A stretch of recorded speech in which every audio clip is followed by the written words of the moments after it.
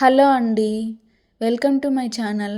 మీలో ఎవరైనా కొత్తగా నా ఛానల్ చూస్తున్నట్టయితే సబ్స్క్రైబ్ చేసుకోండి. ఈరోజు రెసిపీ వచ్చి ఎండు రొయ్యపట్టు వంకాయ కర్రీ. సో దీనికోసం ముందుగా కొంచెం రొయ్యపట్టు తీసుకోవాలి. రొయ్యపట్టు తీసుకొని మనం లో ఫ్లేమ్ మీద కొంచెం డ్రై రోస్ట్ చేసుకోవాలి. నూనె ఏం వేయకుండా ఊరికే రోస్ట్ చేసుకోవాలి. రోస్ట్ చేసుకొని కొంచెం అవి ఒక 2 మినిట్స్ వేగితే సరిపోద్ది. 2 మినిట్స్ వేగినాక ఇవి బాగా క్లీన్ చేసుకోవాలి. లాస్ట్లో ఇసుక వస్తుంది చూడండి, ఇసుక చాలా వస్తుంది. అదంతా పోయేదాకా క్లీన్ చేసుకోవాలి. తర్వాత కొంచెం చింతపండు నానబెట్టుకొని ముందుగానే నానుతుంది.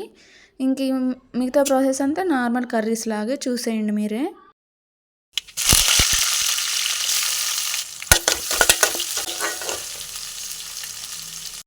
ఆనియన్స్ ఫ్రై అయ్యాక నెక్స్ట్ టొమాటోస్ వేసుకోవాలి.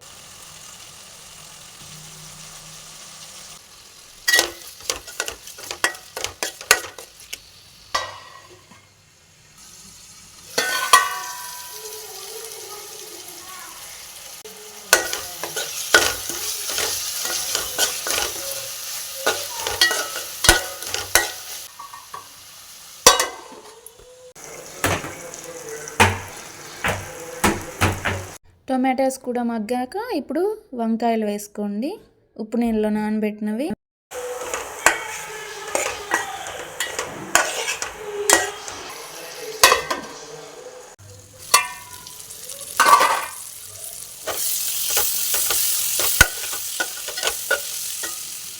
ఇప్పుడు వంకాయలు మగ్గాక మనం కడిగి పెట్టుకున్న రొయ్యపొట్టు కూడా వేసుకొని కొంచెం సేపు వేయించుకోవాలి. కలుపుకొని మూత పెట్టుకొని ఒక 2 మినిట్స్ ఉంచుకుంటే సరిపోతుంది.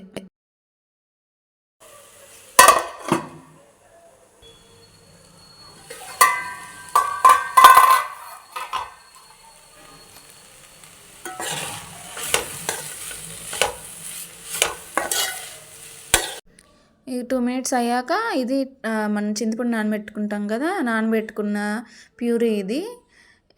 చింతపండు బదులు మామిడికాయ కూడా వేస్తారు. మామిడికాయ వేస్తే చింతపండు వేయాల్సిన అవసరం లేదు. నా దగ్గర లేదు కాబట్టి నేను చింతపండు వేసాను. ఆ మామిడికాయలు టొమాటోస్ మగ్గే టైంలోనే, టొమాటోస్ వేసే టైంలో వేస్తేనే బాగుంటుంది ఒకవేళ మామిడికాయ వేసే పని అయితే.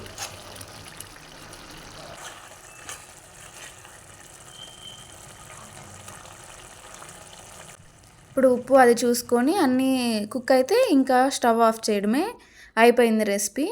సో మీకు కానీ ఈ వీడియో నచ్చితే లైక్ చేయండి, షేర్ చేయండి, కమెంట్ చేయండి.